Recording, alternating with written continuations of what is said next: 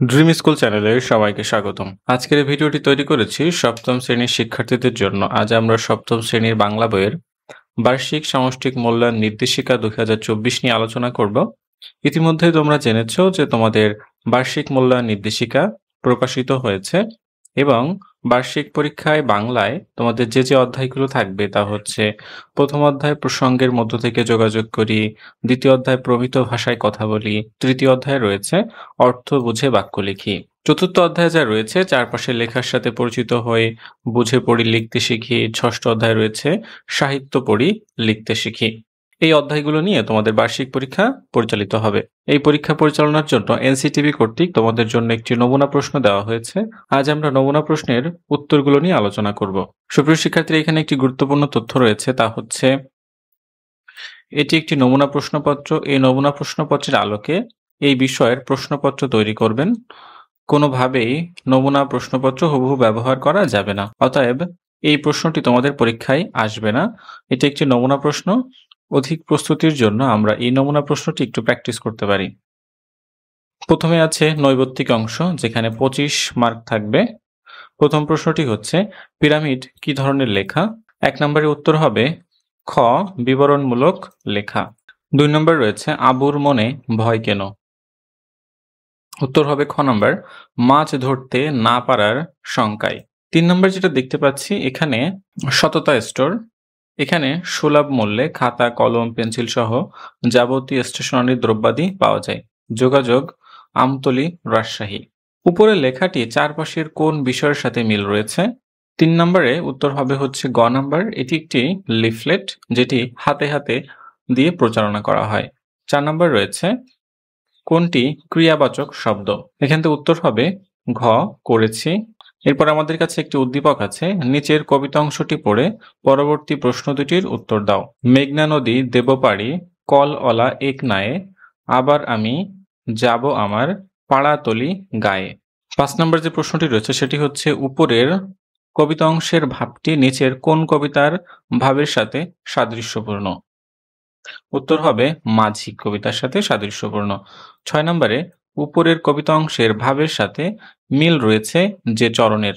উত্তর হবে ঘ, বড় হলে আমি হব খেয়া ঘাটের মাঝি। 7 নম্বর রয়েছে কোনটি অঘোষ ধ্বনির উদাহরণ? উত্তর হবে ক, এবং অঘোষ ধ্বনিটি হচ্ছে ত। গ নম্বরে কোনটি উপসর্গ সাধিত শব্দ? উত্তর হবে ঘ, সম্মান। 9 নম্বরে নিচের কোনটি জটিল বাক্যের উদাহরণ? উত্তর হবে খ, যত দান করবে তত বেড়ে যাবে। 10 নম্বরে রয়েছে আমার মায়ের সোনার নোলক হারিয়ে গেল বলতে কবি কি বুঝিয়েছেন? উত্তর হবে ক, হারানো ঐতিহ্য। 11 নম্বর রয়েছে প্রাচীন বাঙালির কোন দিকে বেশ ঝোঁক ছিল?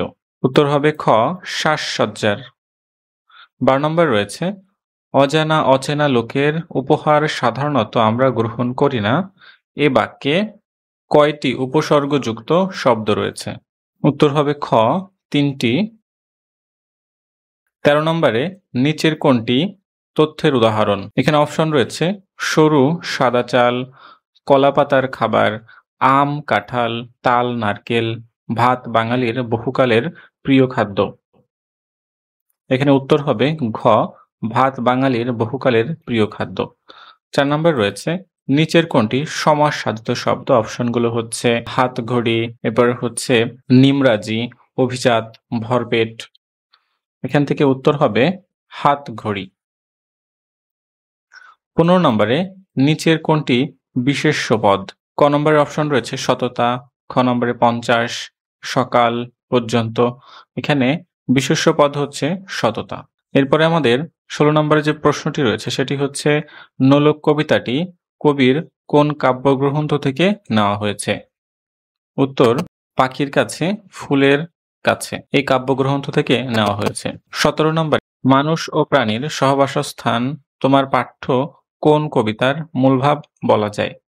উত্তর ময়নামতির চর। 18 নম্বর প্রশ্নটি হচ্ছে উদাহরণ দেওয়ার আগে কোন যতিচিহ্ন বসে? উত্তর হবে 18 নম্বরে ক্লোন। 19 নম্বরে পিরামিড রচনাটি লেখকের কোন কাব্যগ্রন্থ থেকে নেওয়া হয়েছে? জলের ডাঙায়। 20 নম্বরে জলা কি? উত্তর জলমগ্ন ভূমি। ২১ নম্বরে রয়েছে চলো আমরাই খোঁজ করে দেখি বাক্যটি কোন শ্রেণীর। ২১ নম্বরের উত্তর হচ্ছে অনুজ্ঞাবাচক। ২২ নম্বরে উপহার পাওয়ার ব্যাপারটি অবশ্যই সম্মানের। এ বাক্যে উপহার শব্দটি কি যোগে গঠিত হয়েছে? উপসর্গ। ২২ নম্বরের উত্তর হবে উপসর্গ। ২৩ নম্বরে প্রাঙ্গণ শব্দের সঠিক উচ্চারণ কোনটি? ২৩ নম্বরে উত্তর হচ্ছে পয়রাফালা আকার ওম, নিচে হর্ষ গওকার দন্তন্য তার নিচে হর্ষ। ২৪ নম্বরে কবিতায় ছোট ছোট অংশকে কি বলে? ২৪ নম্বরে স্তবক বলে। ২৫ নম্বরে নতুন চরের পলিমাটিতে কৃষকরা কি বুনছে? উত্তর কলাই।